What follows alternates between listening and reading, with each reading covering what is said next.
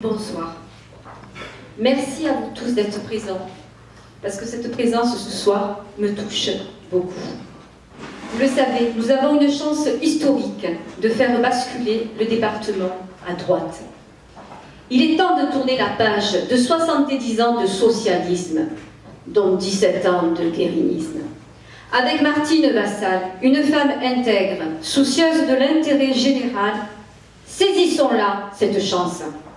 Lors des prochaines élections, les 22 et 29 mars, vous allez élire vos conseillers départementaux. Leur rôle a un impact sur votre quotidien.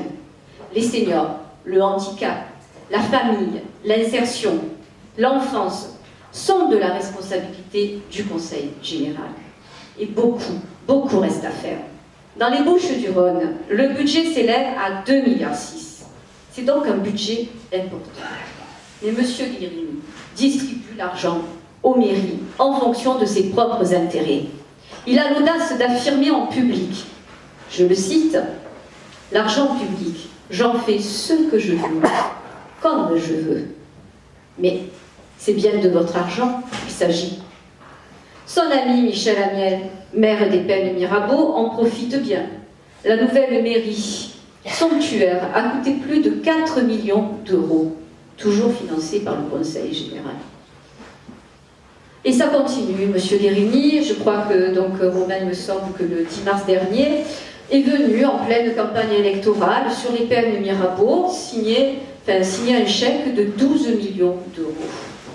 C'est la politique du chéquier. Tous les moyens sont bons pour se faire élire. Puis regardez la fiche de campagne de Force du 13. Regardez en sortant, si vous voulez. Monsieur Amiel est suppléant, que je sache. Pourtant, on dirait que c'est lui le candidat. On le voit en grand, partout. Mais le titulaire, c'est bien Monsieur Cristiani. Alors où il est? Où il est, ce Monsieur Cristiani? Ont-ils quelque chose à cacher? Mais de qui se moque-t-on? Et je pourrais continuer, par exemple, dans cet esprit de tromperie. Cette équipe de circonstances, parce que je dis bien cette équipe de circonstances, utilise la palette couleur de nos affiches. N'oublions pas aussi Mademoiselle Calafa, qui a connu 4 partis politiques en 2 ans. Quel crédit peut-on lui accorder? Quelles sont ses convictions? Il ne cherche qu'à tromper les lecteurs sur la marchandise. Mais alors quel cynisme! Quelle malhonnêteté! Mais c'est la signature habituelle de l'équipe Guérini depuis 17 ans.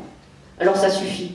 Nous voulons mettre fin au copinage face aux affaires et aux désillusions que cela engendre. Nous sommes convaincus de la nécessité d'agir maintenant. Un élu est l'élu de tous. C'est pourquoi il faut être exigeant avec l'argent public et mettre en place une solidarité réelle.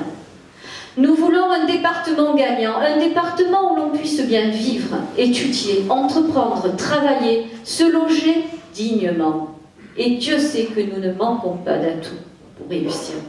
Pour cela, nous devons penser une nouvelle organisation, évaluer les priorités et mettre des cadres. Vous connaissez mes valeurs, celles d'une république debout, intègre, autour d'élus exemplaires, ayant le sens du service public chevillé au corps et au cœur. Il est impératif que l'intégrité et le sens de la justice retrouvent toute leur place et redonnent tout son sens à notre noble institution. Ainsi, dans cet esprit d'équipe et de concertation, nous voulons faciliter la vie des familles par des actions concrètes, en créant les 2000 places en crèche que M.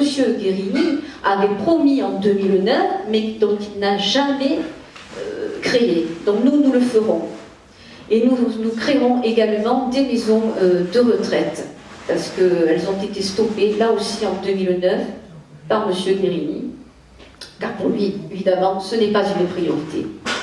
L'accessibilité aux personnes handicapées doit être une priorité, sans oublier la reconnaissance des aidants familiaux, avec la création de nouveaux centres d'accueil. de jour.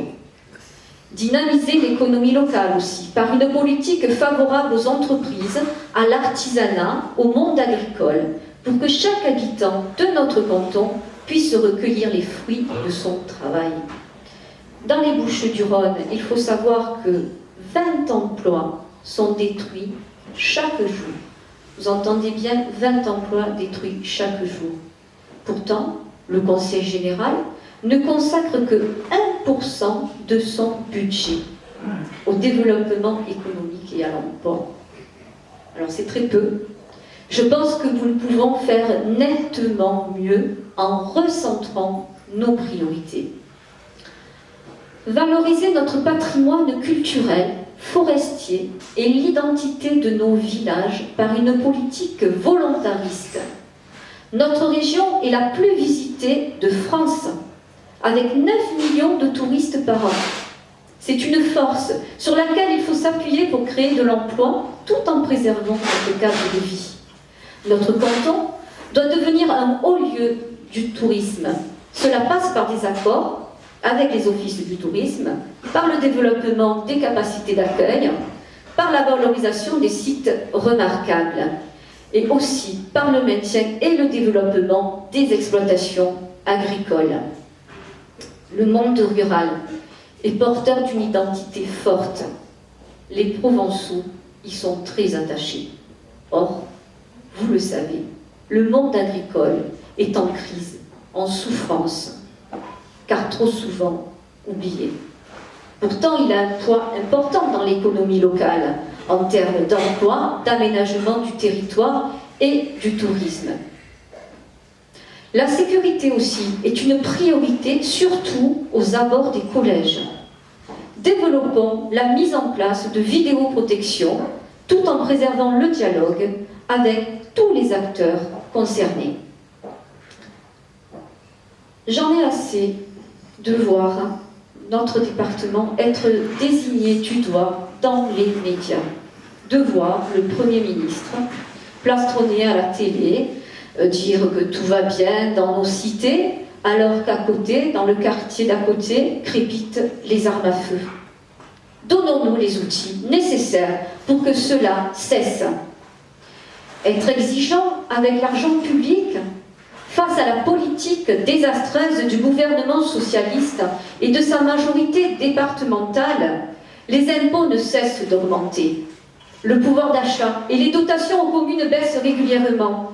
Il est de notre devoir d'être rigoureux dans son utilisation et de fixer des priorités, car chaque projet est financé avec votre argent. La gestion publique se doit d'être concrète, ancrée dans notre quotidien. Tels sont les objectifs que nous voulons mener à bien, Patricia, Philippe, Jonathan et moi. Nous avons auprès de vous une obligation essentielle, celle du réalisme. Beaucoup d'entre vous me connaissent. Je suis l'enfant du pays, issu du monde paysan, et j'en suis fière. Ma famille y est implantée depuis plus de 7 générations. Et puis je connais bien les peines, puisque j'ai tenu un cabinet d'assurance dans le village, pas très loin de la salle Henri Martinet.